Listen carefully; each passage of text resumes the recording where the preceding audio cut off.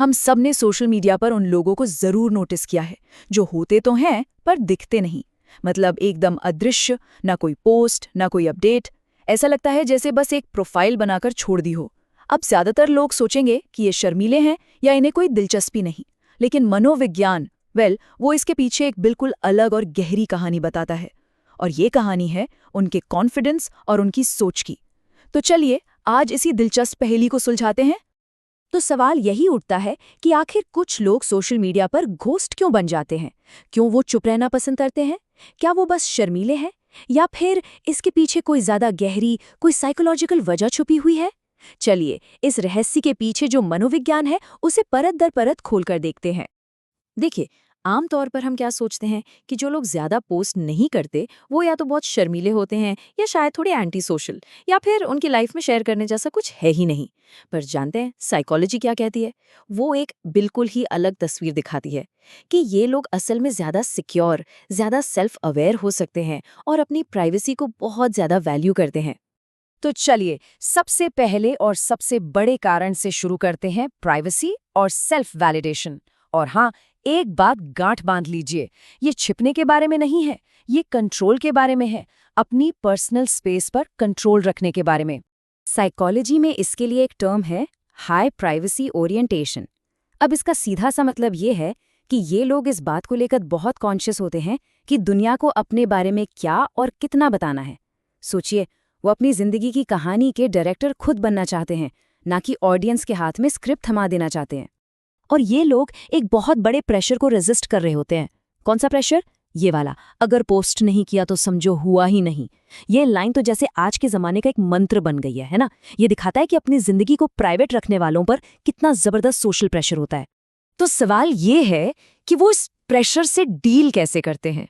बहुत सिंपल, वो बाहरी वैलिडेशन यानी लाइक्स और कमेंट्स पर डिपेंड नहीं करते।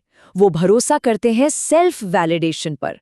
उन्हें अपनी जिंदगी को मीनिंगफुल महसूस करने के लिए दुनिया के अप्रूवल की, उस थम्स अप की जरूरत नहीं है। ये एक तरह का शांत लेकिन बहुत ही पावरफुल कॉन्फिडेंस है। और यही बात हमें दूसरे जरूरी पॉइंट पर ले आती है, अवेयरनेस और सिक्योरिटी। मतलब ये जानना कि आप कौन हैं, तब भी जब आपको देखने के लिए कोई ऑडियंस ना हो। रिसर्चर्स इसके लिए एक और कमाल का टर्म यूज करते हैं, सेल्फ कॉन्सेप्ट क्लैरिटी। इसे ऐसे समझिए जैसे आपके अंदर एक बहुत स्ट्रॉन्ग कंपास है जो हमेशा आपके असली वैल्यूज और गोल्स की तरफ ही इशारा करता है। और जब किसी के पास ये अंदरूनी कंपास होता है ना, तो उसे ऑनलाइन ट्रेंड्स की बदलती हवाओं में अपनी दिशा खोजने की जरूरत नहीं पड़ती। जिन लोगों का सेल्फ एस्टीम सिक्योर होता है वो अलग ही तरह से ऑपरेट करते हैं। उन्हें सर्वाइव करने के लिए अटेंशन की जरूरत नहीं होती। वो हर वक्त अप्रूवल नहीं खोजते रहते। उनका फोकस दिखावे पर नहीं बल्कि रियल वर्ल्ड गोल्स पर होता है। उन्हें हर बात पर अपनी कीमत साबित करने की जरूरत महसूस ही नहीं होती, क्योंकि वो जानते हैं कि वो क्या हैं। अच्छा, अब आते हैं तीसरे पहलू पर, डेप्थ और रियलिज्म। ये सिर्फ इमोशंस की बात नहीं है, ये इस बात की समझ है कि ये जो डिजिटल दुनिया है, ये जो मायाजाल है, ये असल में काम कैसे करता है। सीधी सी बात है, जो लोग ऑनलाइन शांत रहते हैं वो अक्सर पोस्ट करने से पहले सोचते हैं। वो अपने विचारों के साथ थोड़ा ज्यादा वक्त बिताते हैं। वो तभी कुछ शेयर करते हैं जब उन्हें लगता है कि उनके पास वाकई कुछ मीनिंगफुल कहने को है। उनके लिए हमेशा क्वालिटी क्वांटिटी से ज्यादा मैटर करती है। और ये सोच एक बहुत ही पावरफुल कॉन्सेप्ट से आती है जिसे कहते हैं इंटरनल लोकस ऑफ इवैल्यूएशन। भारी भरकम शब्द है पर मतलब सीधा है। इसका मतलब है कि वो खुद के सबसे बड़े जज होते हैं और खुद के सबसे बड़े सपोर्टर भी। उनकी सेल्फ वर्थ, उनका आत्मसम्मान दूसरों की राय के साथ ऊपर नीचे नहीं होता, वो स्टेबल रहता है।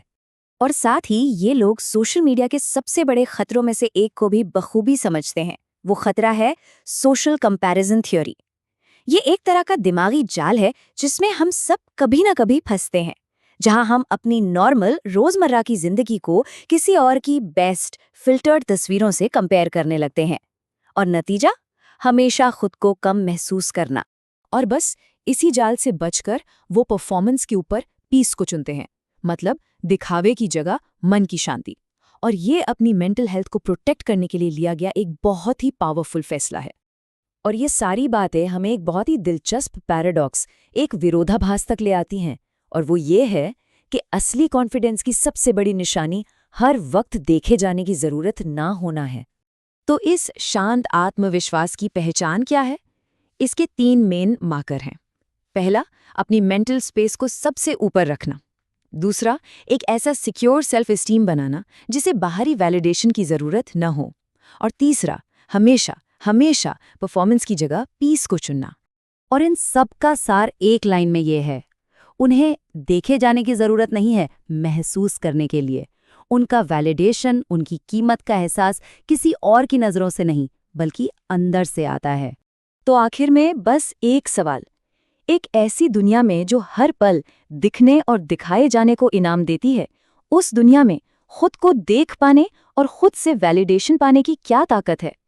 ये एक ऐसा सवाल है जो हम सबको अपनी डिजिटल लाइफ के बारे में सोचने पर मजबूर करता है।